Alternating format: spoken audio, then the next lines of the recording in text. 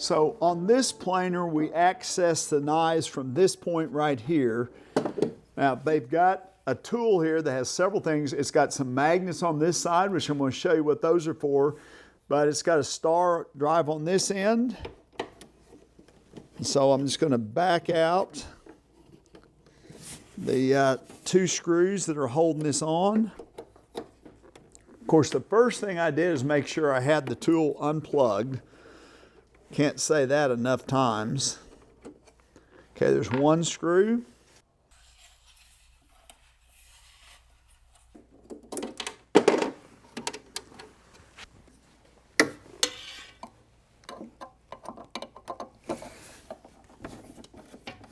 That screw down the bottom is actually a Phillips screw. Now I can lift this off, and I want to make sure that I don't lose that. All of this foam is to seal this off so that the chips are going to be pushed out.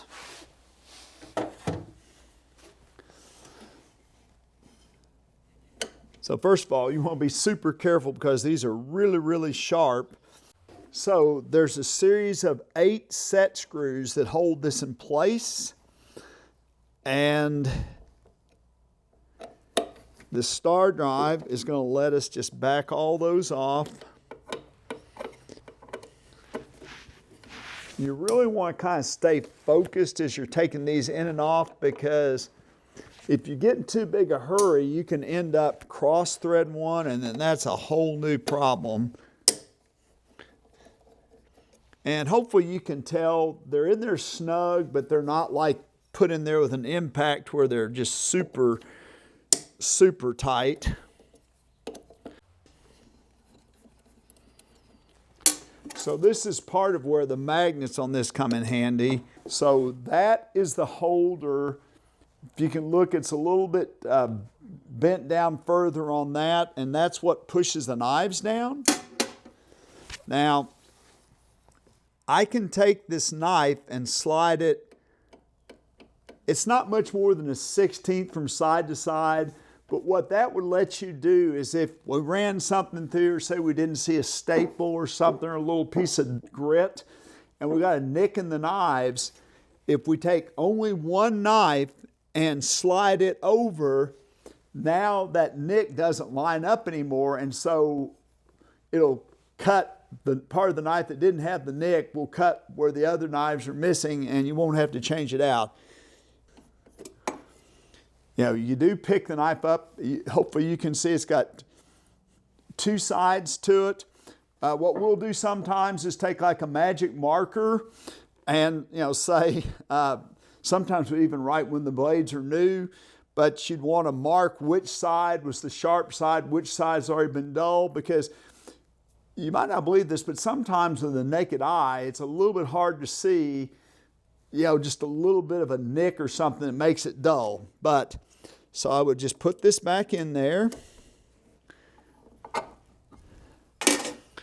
going to take this piece and set it back on top, and then just hand start all of these. Get them going in there pretty good.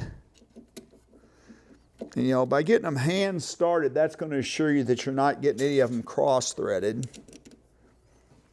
As a matter of fact, I can just about run them in to where they're about ready just to be tightened just with my fingers.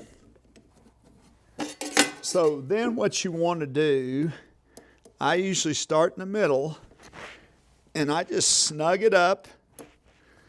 And it doesn't have to be, you know, so tight like you'd put an impact drive or something on it. But it is important that you remember to tighten them all up. Now, the best practice is to go ahead and flip all the knives at one time. I have to confess it. There's been a couple times I've tried to be kind of cheap and just flip one knife. And sometimes that can buy you a little bit more time. But probably the best practice is just go ahead and flip them over. And these knives are not that expensive, especially for what they do. You really can't take them and get them sharpened. They're just disposable. Just want to make absolutely sure that I've gotten all those tight. Then I'm going to bring this hood back in here. There we go.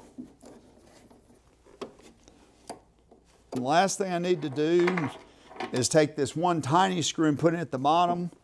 And I'm actually raise this up a little bit because it's going to make it a lot easier to get to it.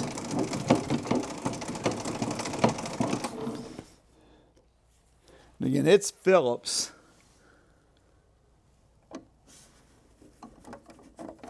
That just holds the bottom of this shroud in place. But so that's how we would either adjust the knife sideways if we got a nick, or if we needed to change all of the knives out. And again, this tool is pretty handy because it's got the magnets which keep your hands away from the sharp cutting edges. And again, this is just a standard star drive, but it gives you just enough torque to make sure that those are tight.